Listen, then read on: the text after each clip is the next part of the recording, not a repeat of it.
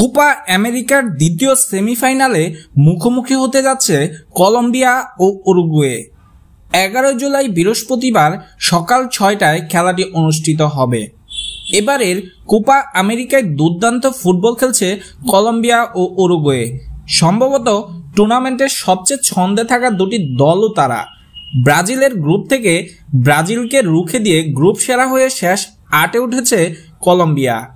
আর আজ সেমিতে যাওয়ার পথে হামেস রদ্রিগেজ, লুইস দিয়াজরা 5-0 গোলে উড়িয়ে দিয়েছে পানামাকে। এমনকি সব মিলিয়ে টানা 27 ম্যাচে অপরাজিত আছে দলটি।